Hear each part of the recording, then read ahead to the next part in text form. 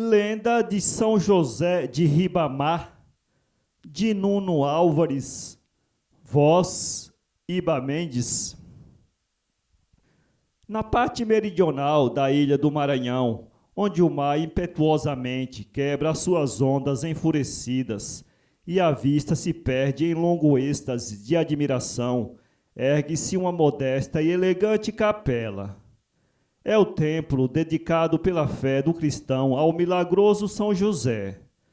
Nada de mais poético pode apresentar-se à imaginação do que esse asilo de paz e de amor, perdido como uma concha marinha nessas praias alvejantes e continuamente beijadas pela fresca brisa do oceano. Existem harmonias tão íntimas na criação, as pompas da natureza são tão majestosas, a voz do Verbo Criador revela-se tanto na mais ínfima das coisas, que a inteligência, a mais robustecida, sente-se mesquinha diante dessas grandezas que atestam um poder oculto e soberano.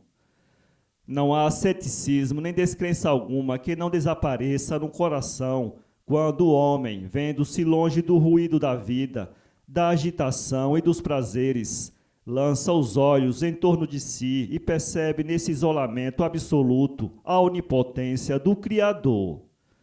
No meio da mais completa solidão, aquele simples templo parece atestar ao viajante a piedade cristã, estendendo-lhe um ar de paz e de amor. Uma lenda muito conhecida na província dá-lhe uma origem de poesia e mistério. É a história que os velhos dos tempos que se foram legaram aos moços da geração presente. Era ainda no tempo colonial. Uma embarcação portuguesa, vinda de além-mar e demandando o porto de São Luís, desgarrou-se do verdadeiro rumo que deveria seguir. O perigo era iminente, porque os baixios de areia aí se viam uns após outros, disseminados como as estrelas no céu. E longe estava o canal que conduzia ao almejado destino. A ventania impelia a vela com desmedido valor.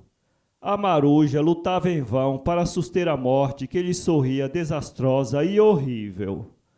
E o barco corria sempre, como impelido por uma força desconhecida e misteriosa. De repente galgou uma onda que lhe flanqueava o dorso. Mais um instante, ei-lo montado um banco de areia que sinistro e ameaçador lhe acenava a quilha. Foi um instante de suprema agonia aquele. A palidez da morte cobriu os semblantes rudes e afeitos ao perigo. O sangue gelou-se-lhe nas veias e o frio do medo roçou-lhes a medula dos ossos. Milagre! 3 vezes milagre! Bradou a maruja, prostrando-se de joelhos. O navio acabava de passar o banco de areia sem que um leve roçar do leme acusasse aquela passagem. Milagres, meus filhos! Exclamou a voz do capitão. Naquele momento de angústia, eu prometi ao esposo da Virgem erguer-lhe ali na praia um altar se escapássemos todos da morte que nos ameaçava. E como se Deus quisesse mostrar-lhe a grandeza do seu eterno poder, as vagas amorteceram-se brandamente, e uma tépida brisa, enfunando as velas, fazia o barco singrar as águas do oceano, como se as suas quilhas cortassem a plácida superfície de um lago. E o navio, daí a algumas horas, lançava a âncora no porto do seu destino.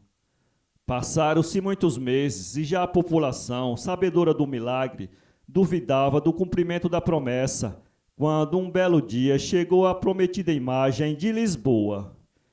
E a capela, poucos meses depois, erguia-se elegante e senhoril, naquela mesma praia onde o milagroso São José livrou de sossobrar a galera. Foi um belo dia de festa aquele. Foi uma linda romaria, segundo rezam as crônicas de então. De todas as partes o povo afluía. As moças com os seus trajos domingueiros e os moços com um doce contentamento de vê-las, e as velhas e os velhos exaltando aos moços e às moças as virtudes e os milagres do piedoso santo. 7 léguas separam a bela cidade de São Luís da costa onde se ostenta a capela. Todo esse caminho foi percorrido em religiosa procissão.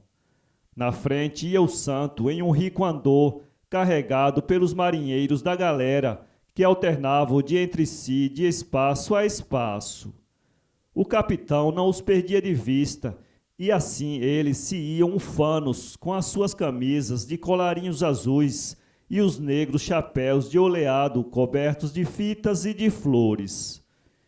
E os padres cantavam aquelas rezas tão bonitas que eles sabem cantar quando estão alegres, e o povo as repetia também por sua vez. Assim chegou a procissão primeiramente a um pequeno arraial, hoje elevado à categoria de vila.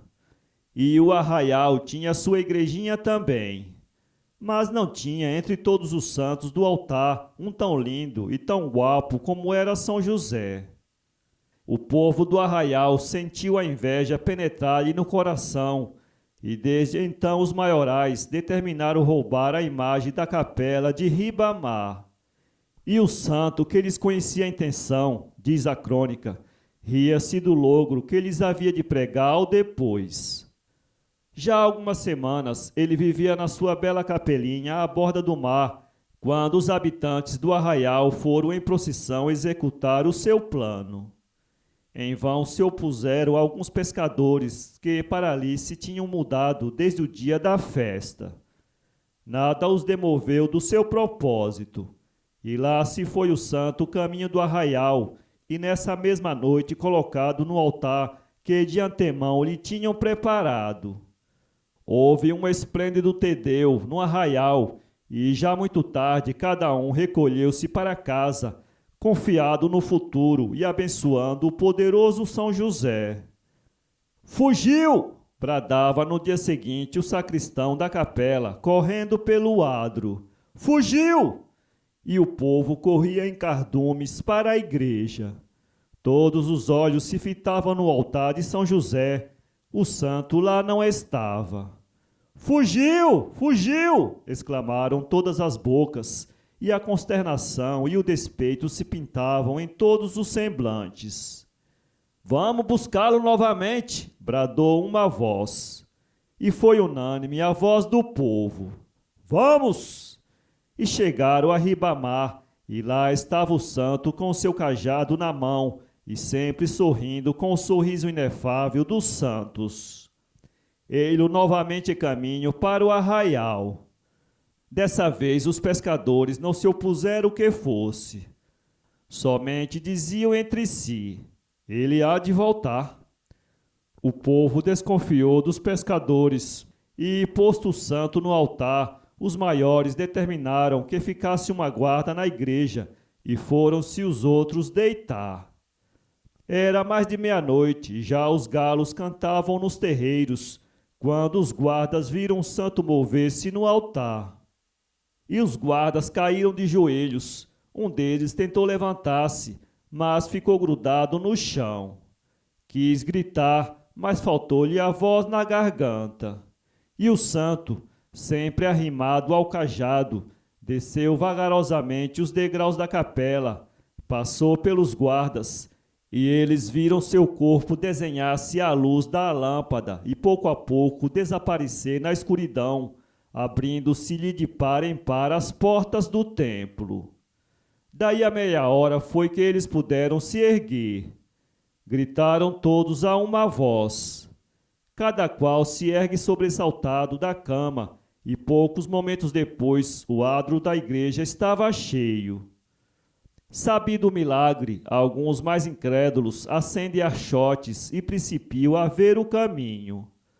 Logo ao sair do templo, viram gravadas na pedra as pisadas do santo, e muitas outras seguiam em direção à capela. «Milagre!» bradavam todos. «O santo não quer deixar Ribamar, deixemos o santo!» bradavam outros. E as velhas, mais fanáticas que todos, atiravam-se ao chão e beijavam uma e mil vezes os passos do santo. E daí em diante o arraial, e hoje vila, foi crismado com o nome de Passo e é atualmente uma das belas povoações da ilha do Maranhão. O santo nunca mais foi perturbado na sua bela capelinha de Ribamar. Quando os pescadores contam esta lenda a algum piedoso cristão que ali vai em romaria, é belo ouvir os milagres que narram de São José e a risada com que rematam o logro que, não obstante ser santo, pregou aos seus vizinhos da Vila do Passo.